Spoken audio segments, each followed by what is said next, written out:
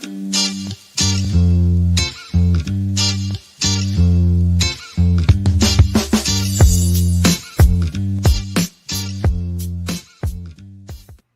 everybody, it's Blasted Stash. It is the virtual Comic-Con episode 1. And this episode we have artist Vince Rush from Hellseekers. Is that mine or yours? That was mine. I had my volume up on my phone. That was my bad. What professionals we are around here. So Hellseekers here. We've talked about that before. I gave Joe a copy of this when we went to the Corona Con up in Seattle, which was supposed to be the Emerald City Comic-Con. But that didn't happen. So we got a chance to read this and got a hold of Vince, and Vince was more than happy to come in. That's Transformers, Mike. That is not. Get that out of here. Sorry. I didn't participate in Corona Con. No, I would have got one for you, Mike, but he only had the two. I got his last 2 copies, and he ended up giving one to Joe. So we got Vince, and we're going to talk about some of his art and history and stuff, how he got into this, and we'll go ahead and jump into it. So Vince, what got you started into art? Well, what really drew you into that? What got me started in art? I know I've been drawing since I was like 2, and my parents kept everything. So there's little sketchbooks even from when I was 3 and 4 years old, where I'm drawing dinosaurs and stuff. Mm-hmm. I want to say the old Disney movies actually got me into wanting to draw. And I used to want to be a Disney animator, but I wanted to do like the hand-drawn. I didn't really know how it was done. I was like 6 when I first wanted to do that, And yeah, I wanted to be the one that was like making all the drawings move and everything. And I think I had to be maybe 10 or 11 when I got like my first comics. And I was like, oh, this is actually a lot cooler because you could tell way more story faster. Because I was making my own animations. And I was like, wow, this is taking a long time to get like 5 seconds of anything. And I think I was 10 years old when I discovered Beyond Comics in Medford, where I live. And then I got Spawn 68 was the one where I was like, oh, I want to do this. Like, this is awesome. Because Greg Capullo. Yeah. Who doesn't like some Greg Capullo art? Yeah. Solid book.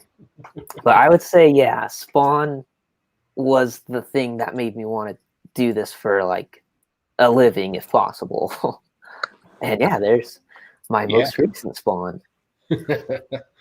Definitely. I mean, I think didn't you tag Greg Capullo in that when you posted it on Twitter or Instagram? I can't remember where you posted that, but didn't you like, hey, if you need somebody to take over, I'm here. I did, yeah. I was like, hey, Todd, if you're ever in need of a new artist, hit me up.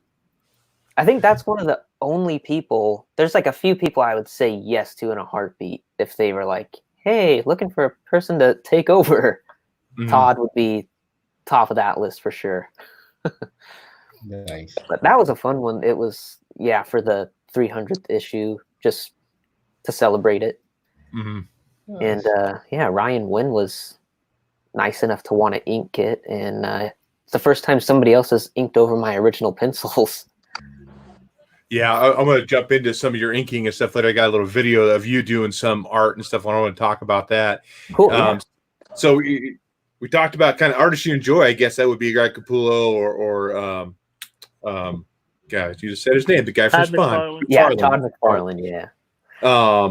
So if you could take over for any current book right now, Marvel, DC, or what character would you like to take over? I guess Spawn would be one of them.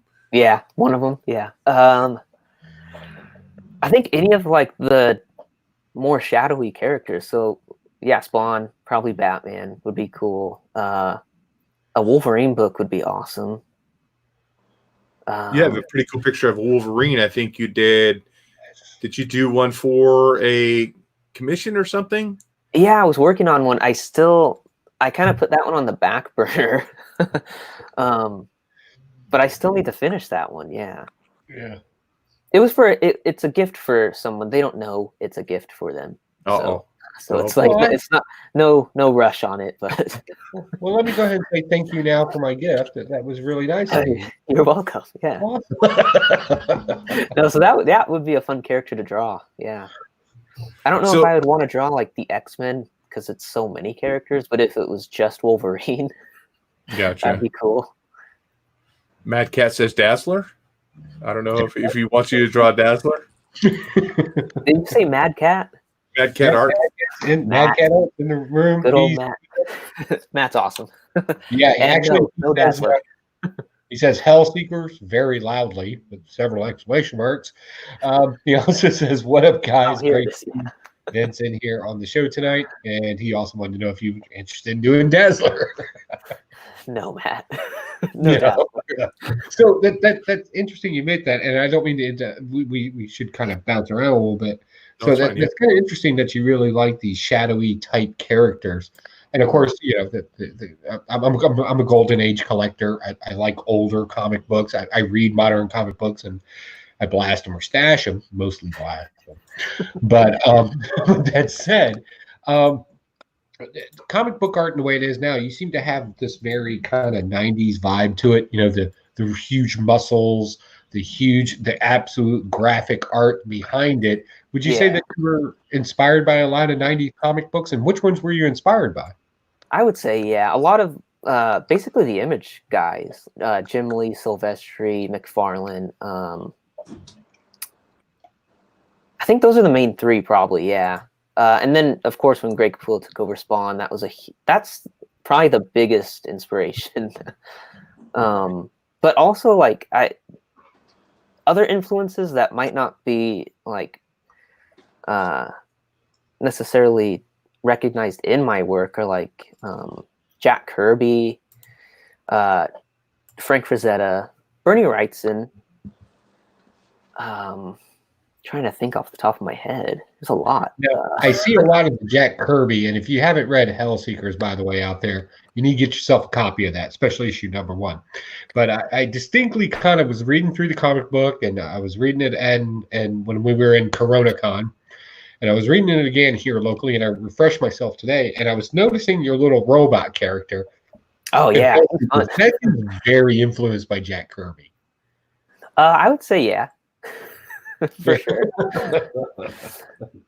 Yeah, Like the there's design really for that. cool vibe, but there's also this kind of cheesy vibe to him at the same time, and it seemed really cool.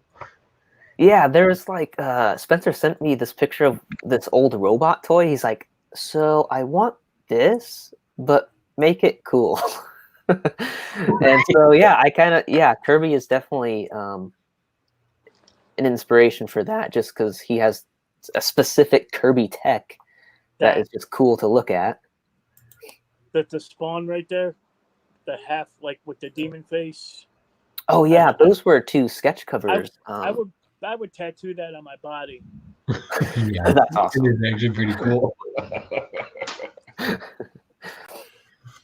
Yeah, it seems like a lot of the stuff you do is kind of horror based. You know, you look at Hellseekers, there's less some horror there, some gore, and then you did a fan art for it, the story of Georgie, that first scene from the book or the movie, whichever one it was, and some other art and stuff on here, and then of course you got your like Boris Karloff kind of mummy here and other stuff here that's horror based. Do you find that's kind of a good genre for you, doing that horror based, or was it something else that you think you'd like to jump into, more humor or like that, or is this kind of your wheelhouse? I think definitely my wheelhouse is more towards the gritty, kind of darker stuff, I guess. I think that's just because that's kind of the stuff I'm interested in mostly is like, I do like superhero stuff, but I don't know that I would be good on like, for example, like Spider-Man or something like that. What if he was in his black suit? Well, then, yeah, you know what? Actually, well, Todd did his Spider-Man. If it was like that, where it was like a darker story, I guess I could do that. But I would definitely say, dark horror related stuff is my wheelhouse for sure.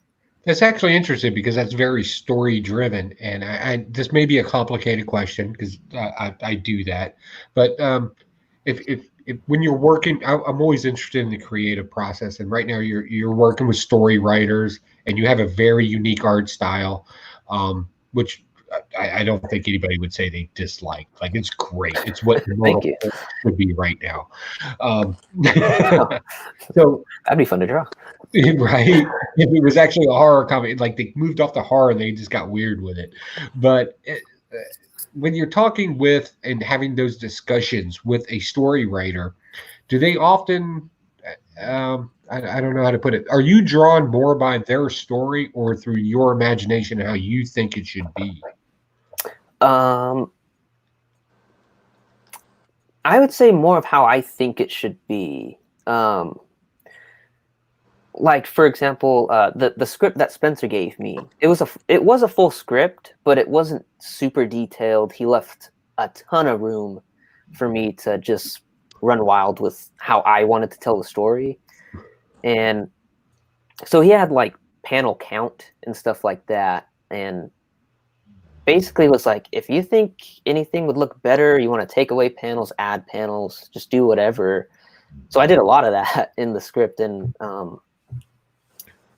yeah, so I guess I think I answered the question. I don't know. So I guess what I'm ultimately asking is when you first read the story and you Yeah. kind of read it, did you kind of read it and you were like, yeah, I can make this dark, or where you're like, this is already dark. I'm just adding, there's a stake.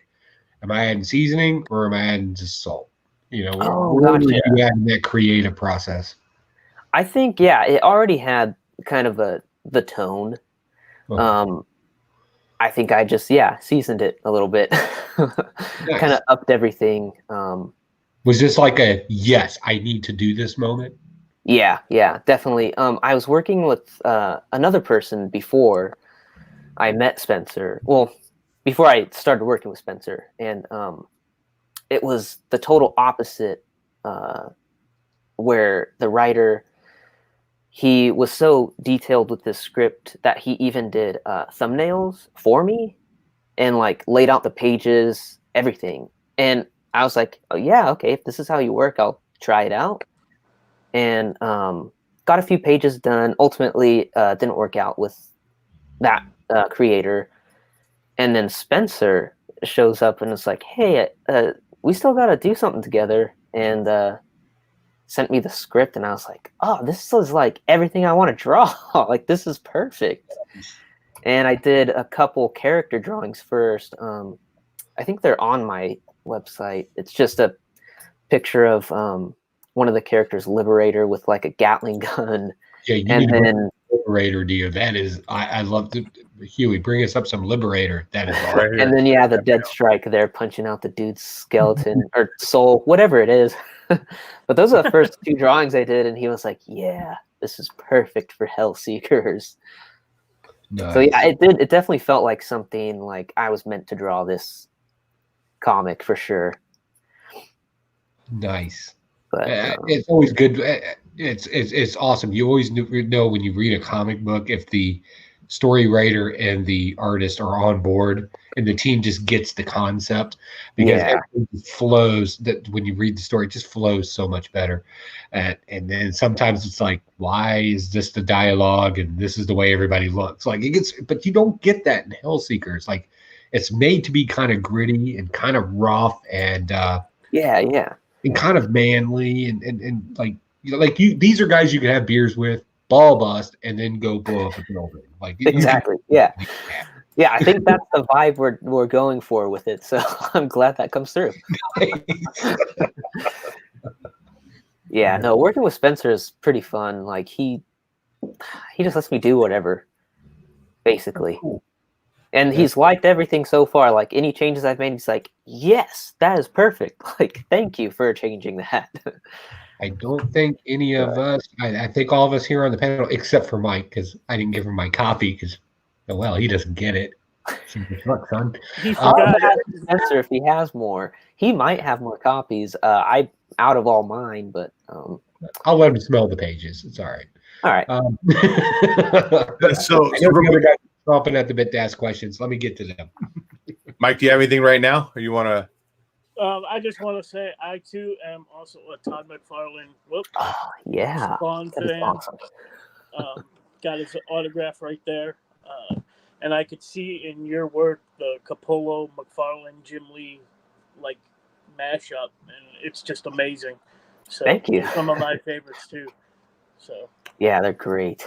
You know, on your page, you talk about a mashup of 80s, 90s, you know, comic style, you know, that balls to the wall kind of stuff. And Joe kind of touched on it too there. And I ran into a store after I picked up, or after I talked to Steve in the store. He showed me the book, and we talked about it briefly in the store. This was the panel right here that absolutely sold me on this book. The van jumping through the fence, all that detail. Like I said, I was kind of a car guy. To seeing the axles kind of bend, to kind of having that hot rod kind of appeal to it. I absolutely love that panel. Awesome. And Thank you. through that book, and I'm like, I saw that, and I said, "That's it, it's sold, dude. I'm buying it." Yeah, 70s art there. That's from Rat Finke and all that. Yeah, it kind of has that, you know, fat kind of van a little bit, but yeah, it does so much detail in there. I absolutely love that. I mean, go through the whole book, you get a lot of detail, a lot of good shadows and everything else throughout with the monsters and stuff, and the right amount of gore. We've seen a few pictures in color, but you're planning on doing this in color though, right? Yeah. Spencer's doing all the coloring, so he's working hard on that, as well as writing a bunch of other stuff. And so he's a busy guy. I don't know how he does everything that he does. I'll be honest with you. When I first read the comic book, and I was sitting with Huey in what we call Corona Con now, I was like, man, this is great. I really love the face. I love what he did with it. Like, it's evident it's the face, right? We get the concept. Yeah. Kind of this specter type spirit. But I was like, man. And he's like, what? And I'm like, there's this one problem. And he was like, what? And I was like, it's not in color, especially the Vietnam stuff with the Liberator. Yeah. Like, if that stuff was in color, he's shown me a few pages of that, and I love it because he's doing such a good minimal job, but it's just enough to like get the mood. So good. So much detail to everything you do, and I love your shadowing. Like, you are a heavy shadower, which brings that kind of darkness to it, and it's awesome. And I was just like, oh my Lord. Even if you did, and again, I'm not criticizing the comic book. This was just my thought process as I was reading the comic book. Even if they did something like Sin City, where they just add like a certain color at a certain point, oh my Lord, this thing just would have exploded off the pages. Now that's not a criticism that it was bad, by no means. For a comic book period, I would read this before I would read, I don't know, whatever X-Men's putting out this week, which I've been critical on. Yeah. Love to hear that. Awesome. Like, I had to literally fish for a complaint.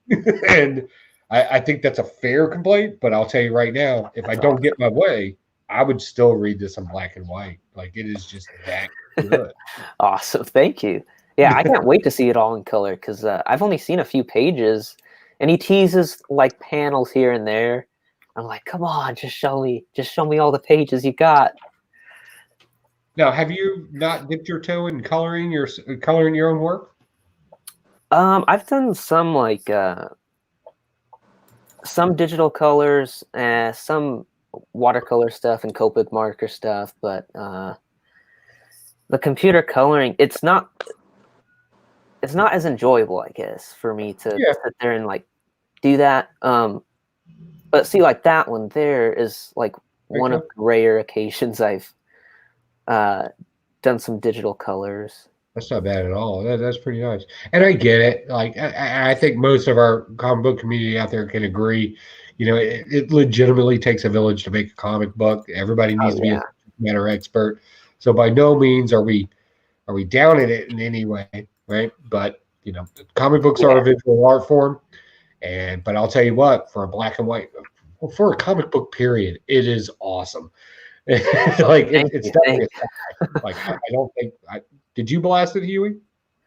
No, I definitely didn't blast it. Like I said, it reminded me of the '90s books that pulled no punches, you know, and that's what I love about it. It's like this balls to the wall. I was trying to find a picture that you had posted or a little video that you had done on Twitter. I think it was on Twitter. I'm not sure if it was on your Twitter page or your actual page where you're inking that picture of the two demons fighting. Oh yeah, that was on. I think I put it on Instagram and YouTube. I don't have that much on YouTube right now, but you do have a YouTube channel? I do. Yeah, it's Do Vince you Rush want Art. At Vince Rush Art. I think it's like youtube.com/Vince Rush Art, and it'll go straight. I'm to gonna my- go subscribe right now. Sweet. Subscribe and then post it in the chat for our fans because, Awesome. dude, you guys need to check this cat out. This cat is rocking it right now. Thank you. Okay, so should be popping up there. So that's you inking that page there. I mean, that's a pretty good sized page. There's Yeah. tons of detail in that page right there. So I wanted to know, from pencils to finished inks, how long does that take you? Ooh, I think the pencils took me 6 hours to do, Jesus and then inking it was probably, I would say, total of like 9 Wow. hours. Yeah. Dude, do you do other things other than draw? Like, seriously, I can't sit still and do one thing in an hour. The best I can do right now. This ends in 45 minutes. I basically just go to work, come home, and draw. Oh, so And- you have another career? I do, yeah. I'm a sign artist for Trader Joe's, actually. So I go there and draw, and then I go home and draw. Dude, sounds like you're living the dream. So yeah, it's pretty nice. Nice. It's nice to have like that steady income just in case, you know. You know what? The cliche's always been a starving artist. I don't think anybody should starve. You know, Yeah, gig are hot right now. I work for the Small Business Administration, so I'm all about business at the end of the day. yeah. But that's good to hear because, you know, it's good to have something solid until the gig thing takes over. And For sure. Yeah, if it could take over and I would make more than I'm making and plus some, like I Hey, would don't put totally. yourself out of a job out there like that, man. People watch this stuff. Oh yeah. No, that's the cool thing about where I work too, is like they totally get that this is something I want to do. So they're pretty good about like if I need to go to a show, they're like, yeah, go ahead, take time, go to the show, promote your stuff. Yeah, they're pretty supportive of everything. So Good deal right now. So if you're catching this on the rewind right now, or the Rewind. rewind, No, rewind. my tongue is dying on me. Hey guys, if you're watching this right now and it's after the live show, in the link description right now, timestamps for you. Mike put it up, or Spectacular Spider Grandpa put up this guy's webtoon, or Jesus, I'm not. He's But had- I put a link up. Can we do this over? His link is in the chat right now. Definitely go check it out. I know Mike has subbed them up. I'm going to do it right after the show. sweet, Like- thank you. I try not to be a critic about art, but I mostly stick to story. But I'm going to be honest. I really enjoyed this stuff. I really like what he's done in his books. I like the dark tone to it, but to the writing, there's some lightheartedness to it. Like it's one of those comic books. It's the unicorn. It's legitimately the unicorn that only independent people can do right now, and it's legit. So definitely right now, look in the chat and check that out. Awesome, So- thank you. Your art was also showcased in Phoenix, Oregon, correct? The movie? Did you do the art Yeah. for that movie? Yeah, that was a fun project too. A lot of people know about that. You want to talk about what that is? Yeah, that's a movie. It's an independent film that actually the director and producers actually live here locally, so it's a local film. And my friend Dave that worked on the film, he actually contacted me because they needed somebody to do the graphic novel illustrations, because the main character, he's drawing his kind of life story as a graphic novel. And yeah, I met with them, and he told me about the project, told me what the movie was about, what they're gonna need, and I was like, yeah, this sounds awesome. So the only thing with that was I still had my style, but they wanted something that was like a kind of Jeff Lemire as far as like quick watercolor and like a quicker style. So that was a little weird to try and do, but it turned out pretty well. And how they used the art throughout the film, I was really surprised with how seamless it was with telling kind of the flashbacks and stuff. So, but yeah, it's a comedy. Really, it's a dramedy, I guess, but it's a solid film. Has a lot of solid actors in it too. So I was really surprised, like seeing the finished product. I was like, this is a real movie. Not that since it's indie, it's not a real movie, but when I thought indie, I didn't know what to expect, and definitely like blew me away with how well everything was done. But yeah, it was a fun project. And I believe, sorry to cut you off or anything. Cut them off. This is your show, so you do what you want. I was just gonna say, I think if you go to the website, I think they're still doing the at-home theatrical experience. So I think it's $6.50 a ticket, so you can watch it at home if anybody's interested. Yeah, Mike, can we find that link? Huh? Mike, can we find that link? To what? To Phoenix, Oregon, that movie we were talking about. Yes. What are you going to say, Mike? You have a question? I was going to say, is there a way to watch it? And he answered the question. Oh, awesome. Yeah. Yeah, let's get that link into the chat for everybody. So everybody check the movie out. I'm on it. Well, what I thought was funny about that movie there, I think someone was filmed over in Klamath Falls, if I was reading it correctly. Yeah. But what's crazy, and it's about a bowling alley too, about opening up a dilapidated bowling alley. Yeah. And there's a dilapidated bowling alley right in Medford, just north of Phoenix that they could have used. And so I'm like, why didn't they just use the bowling alley and stuff? I guess it's not, that's still operational. I'm thinking of the roller rink, but still, I mean, I don't know why it was filmed here, but it's still cool. I mean, because that's Southern Oregon right there. A lot of people think Phoenix, they think Phoenix, Arizona, not Phoenix, Oregon. Right. Yeah. I think I think I heard them say that's why they titled it that too, because it's kind of like if you're not from here and you hear Phoenix, Oregon, you're like, that's weird. Like, and mostly Raising Arizona took place in Phoenix, so that might be a little. Right. Yeah. It's it's funny that I think the reason they even filmed it in Klamath Falls too was because just logistically filming in Phoenix wasn't they couldn't close off the streets because there's only 2 streets to go up and down. Fair enough. So I think that's one reason. I can't really answer too many questions on that because I don't really know. But I just thought it was interesting. Yeah, it's a nice film here in Southern Oregon. Doesn't get a whole lot of press. I mean, every once in a while a movie would come through. Right. So back to Hellseekers real quick. I'm not sure if Joe, you saw the little Easter egg on the last page on the Roadhouse. Why? I'm assuming it's named Smetty's Roadhouse for Peter Smetty. Is that correct? It is. Yeah. Okay. Oh no, I missed that. And I'm usually when it catches that stuff. Oh. There's a few Easter eggs coming up with characters, names, and stuff like that. That'll be fun. That if people know about this stuff, they'll totally be like, "Oh yeah, we know that." Yeah. So that was a fun one. And Spencer and Peter are pretty close. So. Oh really? Okay. Yeah.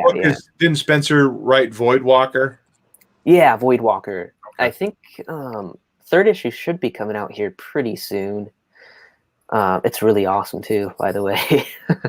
And there's another series called Can't Kill Cade that he wrote that's coming out through Alterna, I believe later this year. So Right.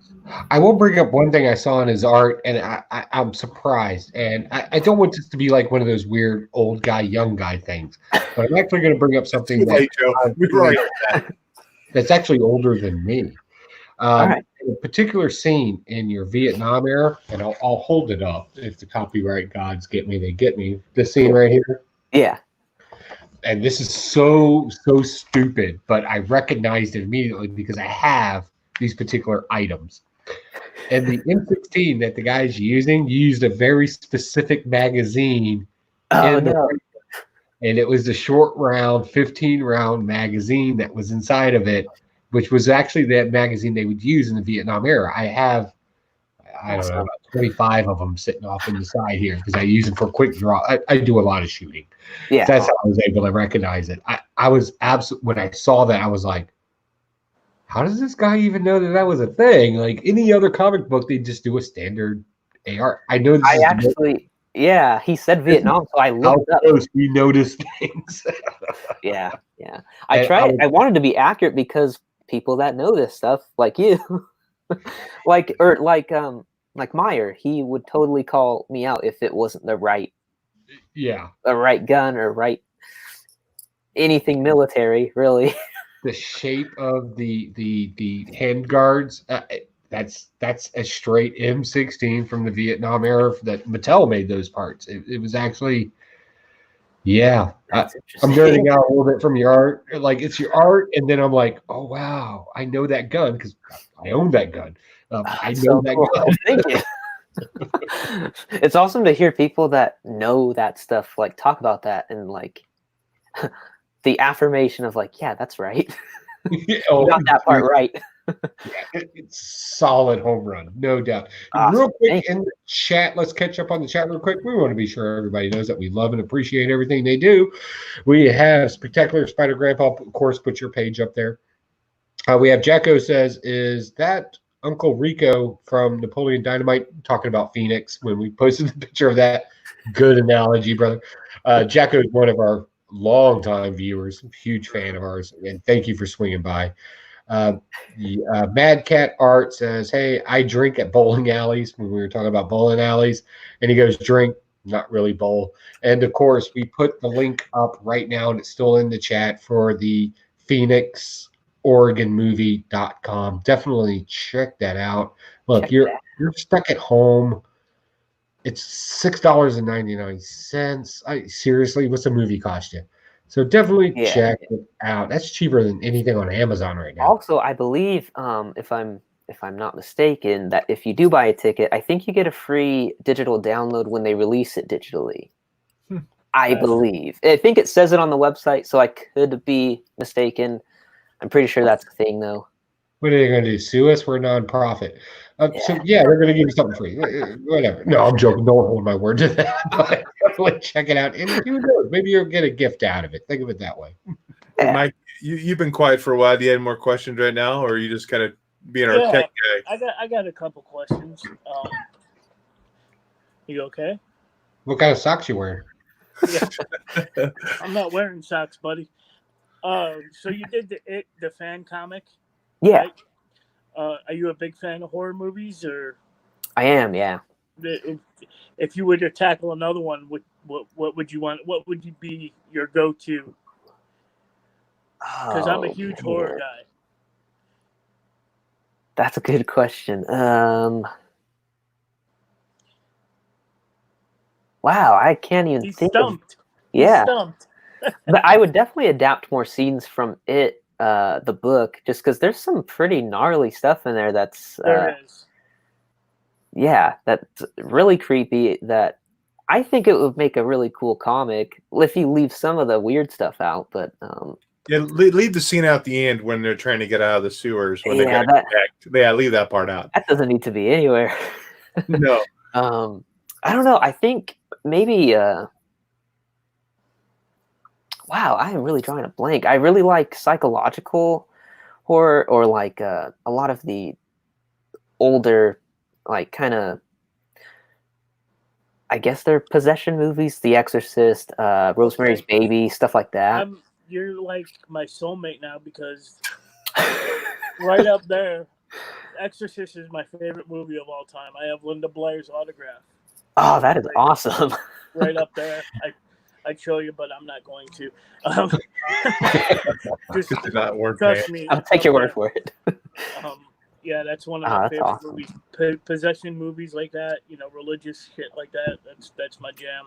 Yeah, yeah. And I also saw you did a couple album covers, album artwork. Yeah, yeah. Is that something you would want to, get more into, or would like to do again, or? Yeah, I tell would us definitely more do about more. what are these albums? Tell us more about that. So one of the albums, the more horror one that I did, was for a friend of mine, Silas. He's a local guy here in Medford, and he had a band called the Hollow Bodies, and they aren't together anymore. He has a new band that I might be doing the artwork for. It's a hard rock band, I guess, more punk, I guess. And the other album cover is more painterly, I guess. Louder Oceans. I did their logo and the album cover for that. They're like, I don't even know how to describe their music. It's rock and roll, but has some funk to it. They're really good. Also, a couple friends of mine, and they're local from Portland. So yeah, those were fun. Different to do. Like with Louder Oceans one, it was weird because they kind of had an idea, and it was a different process than having like a story, because like I didn't have any really music to go off either. But yeah, the process was interesting. They liked what I did, so that was cool. With the other one, the Hollow Bodies one, he had a very specific idea where he wanted the band members turned into demons, and I drew each of them with their specific instrument, and yeah, so we had that. I think that's the only 2 album covers I've done so far. I did another. Go ahead. Oh yeah, I did another just quick thing for somebody that was just putting out some digital music online, but I would definitely be into doing more album artwork. I know. Seeing. Oh, go ahead. Todd McFarlane has done artwork for like Korn and Disturbed. Is there any band or that you would like, big time band? You would, if they reached out to you, who would that band be? Like, who would you want to work with? Ooh, Think of the one that you would want to do for free, just because of name recognition alone. Ooh, for free. Yeah, if a band reached out and said, "Hey, we'll give you full credit if you do our art, but we're not going to pay you a dime, but we'll give you full credit," because now we're going to find out who you would really want to work with. Oh man, as far as like with my style, the band, I think I would definitely do. You're not doing much for Walt Disney. Yeah, right. Yeah. I think Metallica or Black Label Society. I would definitely jump on board like instantly. Okay, I'm down. I think definitely they have that or anything like that. What's that? Men at Work.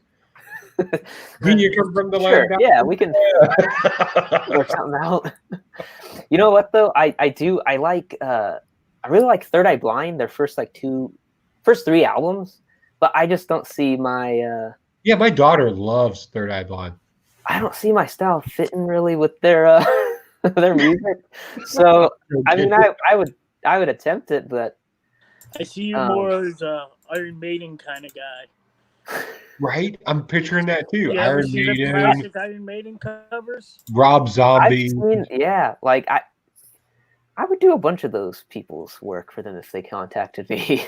Yeah, That'd be I'm awesome. not seeing Kids Bop. I'm not seeing There's a bunch of bands I like, but I don't think I would necessarily do the album cover work for. But again, Metallica, Black Label Society said, "You know what? We can't pay you because we don't want." But everywhere we go, we're going to say, hey, this is our cover art. This is the guy. This is the band that you want to be most associated with. What would those top two bands be? My lord. He said Metallica, didn't he? I did. He said Metallica, and then he mentioned some other band because I'm old. I don't recognize them. Black Label Society. You know That's who Black Label Zach Society. Wild's band. I made a Down Under joke from Men at Work, so yeah, that's probably why you didn't hear his answer. I know who BLS is. All right. So looking at this picture here, this image, very Frank Pizzetta. You even said that in your post on this on Twitter. What's the process behind this? Is this like Copic markers? I don't know anything about, or is this digital, or how is this made? Yeah, this was all Copic markers. Oh, was it? Yeah. So I started with like a just rough sketch, and then I kind of used the markers like paint, like oil paint. So you start with like lights and then build up. I'm not really good at explaining my process. Okay. Well, I mean, that's the thing too. Like, are you self-taught? I would say 90% self-taught. I went to school with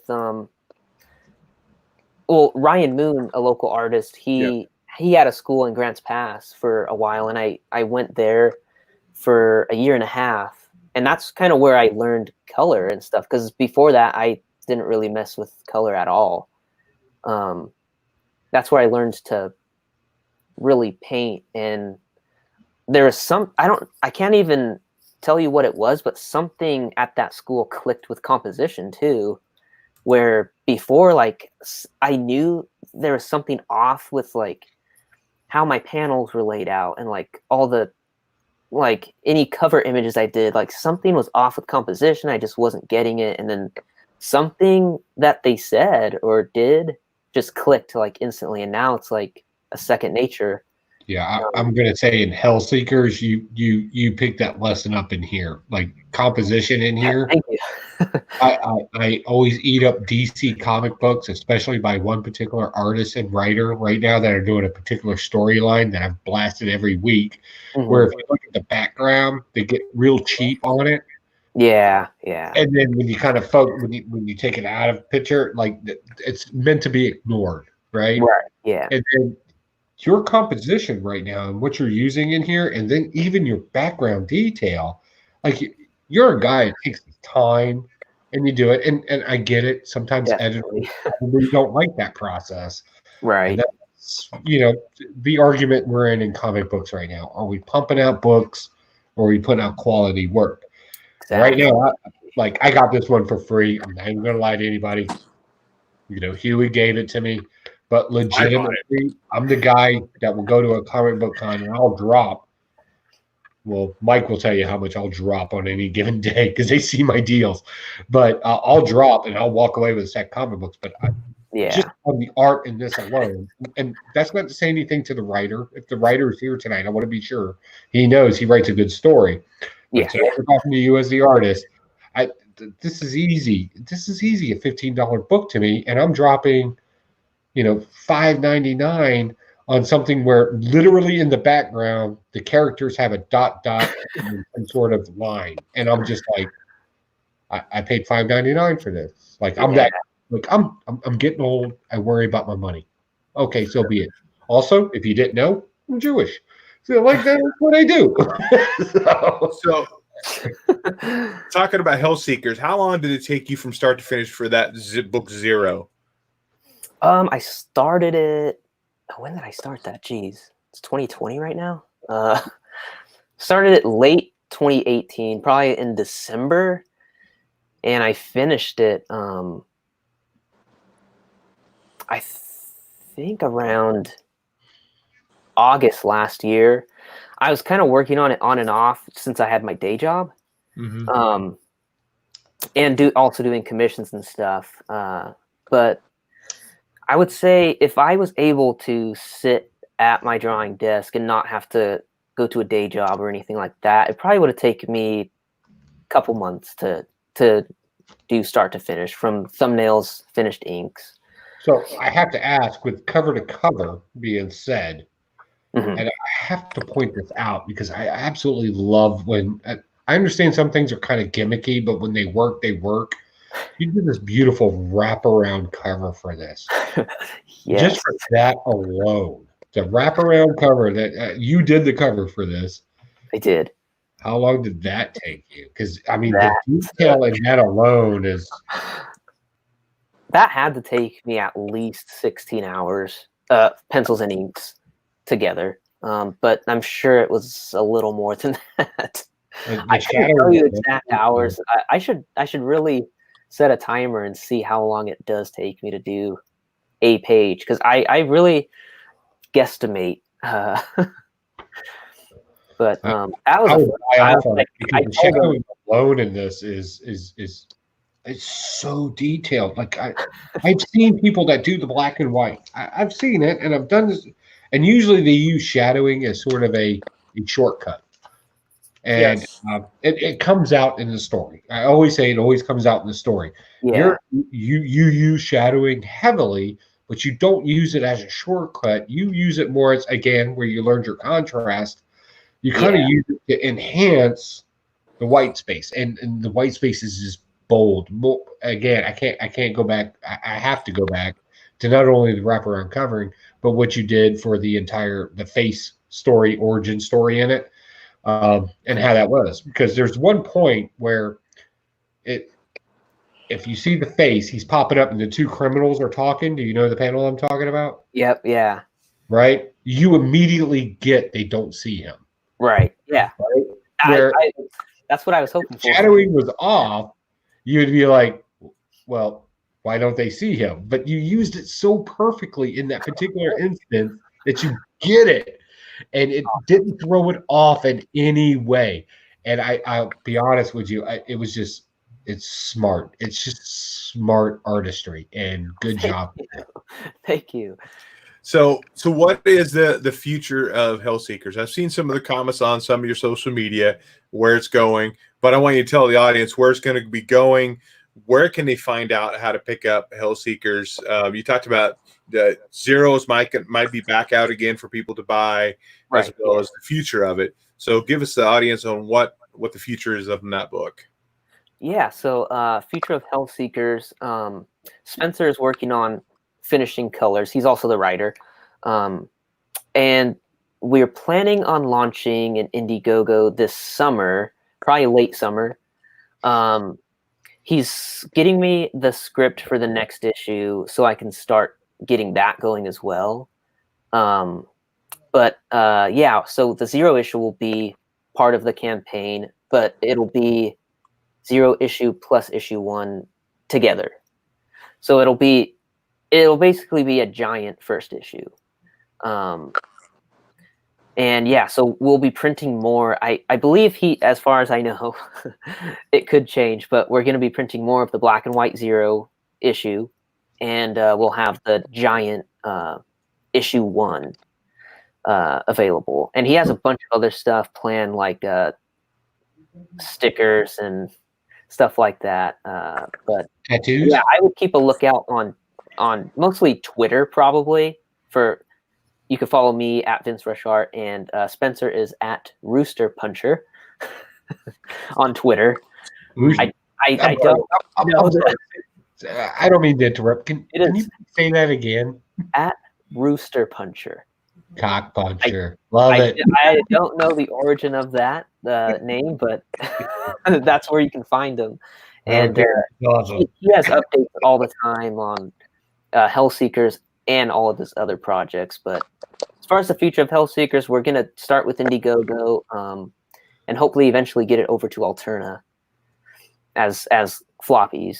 So Okay.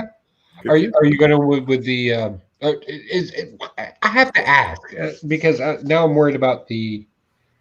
Are you going to lose something on the newspaper print? Are you scared about your art being on newspaper print versus standard comic book print at this point? I don't think so. Just I've seen some of the Alterna comics. I haven't seen any that are quite so finely detailed in some parts, but it prints Is that pretty. more an artistry thing, or is that more of a like? I'm curious about the paper quality. Do artists worry about the paper quality? I'm not too worried about it now. I know You're some a solid artists artist. You shouldn't are. Thank you.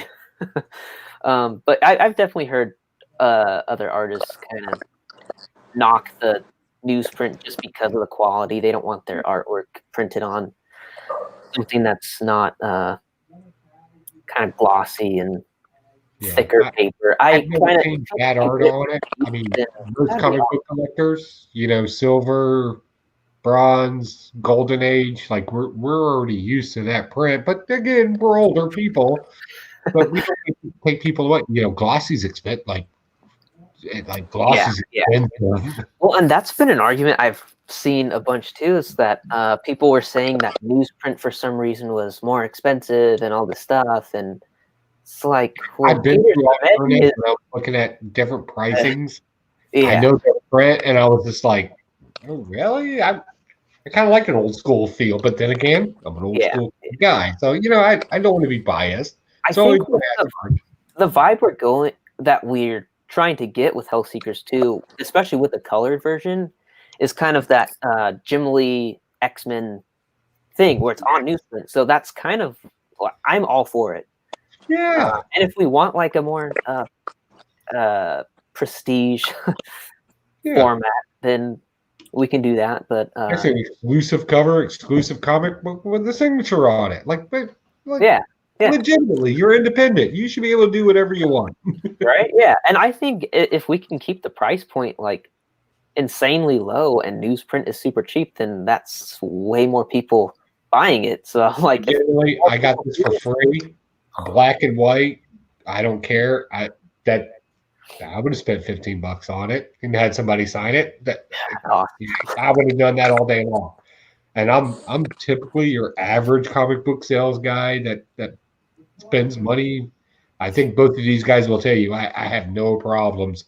I'm your average comic book guy when it comes to buying comic books. Yeah, and I definitely don't mind chipping out. A lot of the independent creators, they have to have a higher price point on their stuff because it's harder to compete with the big guys. I'm more than happy to kick out $10 for an issue for an independent creator just to be able to support them and try to get their name out a little bit more. Look how much I supported Metal Sharks at one con. Oh my Lord, you spent We went to Tidewater Comic Con. I know that's not a huge Comic Con, but it's one of our favorite ones here on the East Coast in Virginia. We found Metal Shark, and I don't buy trade paperbacks. Like, it's not my thing. But I missed out on Metal Shark. Like, I refuse to read it. But Mike is a fan of sharks. So we went up there, and Otley was on it, and I know Otley's work, so I went ahead and got it, and then I read it, and I was like, God, why did I miss out on this? Like, it was so bad. So, are you still would you do Comic Cons? Is that something that you're interested in, or are you looking to do the gambit in the comic book community? Remember, you're on a comic book community show, so there's really only one answer. I mean, the cons, I would do them, but I think doing this online thing is kind of where it's going. So I think I'd rather do this kind of thing, and shows would be cool, but it can be spendy to have a table. What if you got speaking engagement at one? Because that's something I've heard that's been starting to be kind of played around, where not only do you go to the con, which, let's just be honest, it's an open flea market throughout the United States, but now they're actually talking about this whole concept of maybe kind of morphing it into a TEDx, where they're bringing in comic book creators to do sort of like I don't know if TEDx is copyrighted. If we get shut down, we get shut down. But to kind of have comic book creators, both independent and modern or well-known, to come in and kind of do like a talk that they can kind of pre-plan. You've seen a TEDx or a TEDx. Yeah, that kind of concept adapted into the Comic-Con kind of arena. and then you get a table on top of it, plus a speaking engagement to promote. Again, I'm a business guy. Would that be something that you're like, maybe that's something to do? I think so. Yeah. That's. I would like That to was talk a totally leading about. What's that? into that one. I'm sorry. No, yeah, I would totally be into something like that. Especially if I would like to do stuff where it's kind of talking about the process, but also having maybe a table where I'm doing the stuff that I'm talking about. Like a panel? Yeah, like a panel where I'm showing people how I work or stuff like that. Yeah. Let me ask you a like question, because I've often thought about this, and I thought this would be a great idea. And I didn't mean to cut you off. I apologize. No, Sometimes I get ideas. What if we sat down, and this is just hypothetical. I think I'm going to ask all artists this as we go through this, to see if this would be something they would be comfortable with. Mm-hmm. Because, like, we don't want to make people feel uncomfortable, but we want people to express themselves. But we don't want any competition. Art's art. It shouldn't be competition. But if you set down three people and you're like, okay, how would you draw Batman? And each person kind of ran through, and we kind of did that in a TED Talks type of situation. Yeah. Would that be interesting? Would that be seen as competition, or would that be seen as kind of a, hey, this is how I want to do it. This is how I want to do it. This way, promoters. Yeah. I don't think that'd be. Friendly competition maybe, but I think that'd be a fun thing to do actually, because some people approach things way different than I would, and just how people explain how they do things would be interesting to see. Right. Yeah.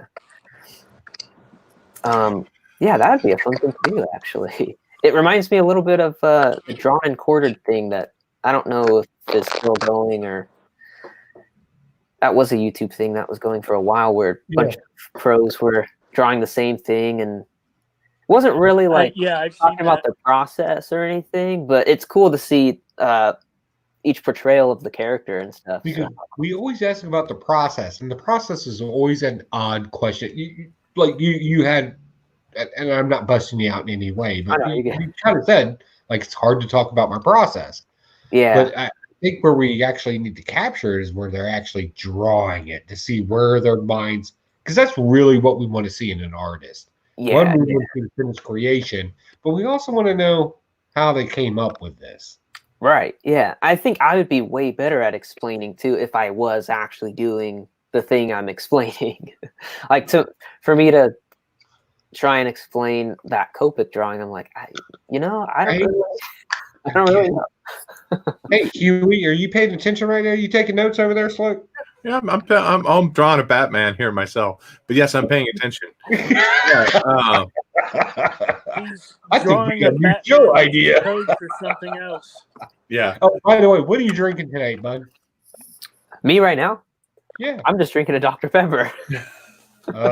No beer. A Pepsi no product. beer. You see that? So sad. Okay, so it's about an hour in, so we're going to go ahead and wrap this thing up. We definitely appreciate Vince coming on tonight and promoting Thrill Seekers so much. All the links for his Instagram, I think, and Twitter and stuff, and his website are down in the description below. Definitely go check him out. Go follow him up, and make sure to keep an eye out for Hell Seekers when it comes out at Indiegogo, and go help support him over there. Before we bounce out of here, any last things? I know this next Friday we are talking about wrestling. We're talking about intros. We're talking about our favorite wrestlers, and because we don't have any comics to talk about, so we're talking about crap from when we were kids. So come check us out Friday night, 7 p.m. Pacific, 10 Eastern. We're talking about wrestling. Joe, anything from you before we bounce out of here?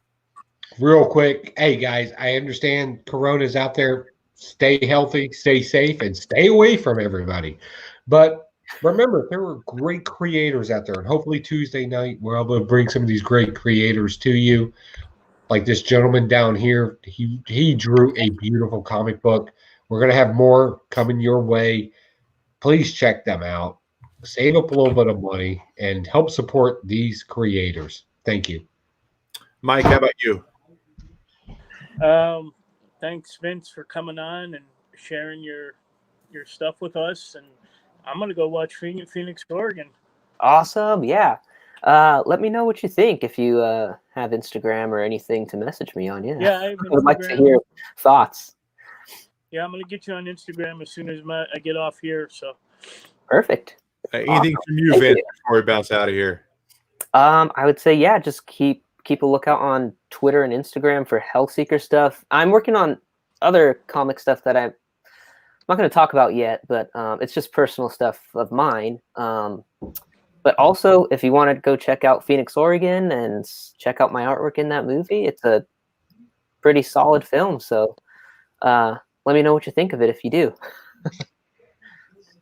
Okay, we're going to go ahead and bounce on out here. We'll see you guys Friday night. Comic Mac Andy. Real quick, I'm Yes. going to interrupt because he just jumped in the room. I'm sorry to interrupt. I just want to clean up the chat before we head out because we love and appreciate and respect our viewers. We have Mad Cat Art. I'm assuming you know this guy, man. Yeah, he's a Okay. good friend of mine, Matt. So Yeah, he's great. He actually he makes Uh, comics too. So Yeah, we have Comic Man Andy in here tonight. He does several appearances over on various channels throughout right now. He is popping it right now. Super cool guy. He wants to say spectacular spider grandpa exclamation mark all the way across the page. Huge fan. Did you And got say to catch Mad the Cat replay. Art makes Yes, comics you too? do. And thanks for the shout out. Comic Man Andy's really Are cool. you better I than really him? love him. He's one of my inspirations. I will say, from the beard that I grew. Shut up, Joey. He's trying to talk. Not loudly. I can't project my voice for anything. No, but yeah, Matt, I will say he has more comics drawn than I do. Okay. He's right. one of the guys that keeps telling me to just finish stuff. Just finish stuff. He's great. Hey, we're always looking for people. Contact Huey. If you want to be on the show, if you want to get on here and we'll promote your stuff, let us know. We'll get you on here and do a independent creator spotlight and get some of your stuff on here as well. So, okay, we're going to go to bounce out of it before we jump on any more questions. Awesome. Thanks for having me, guys. Yeah, thanks, guys. Thanks, Vince, for coming on, and we'll catch you guys Friday night.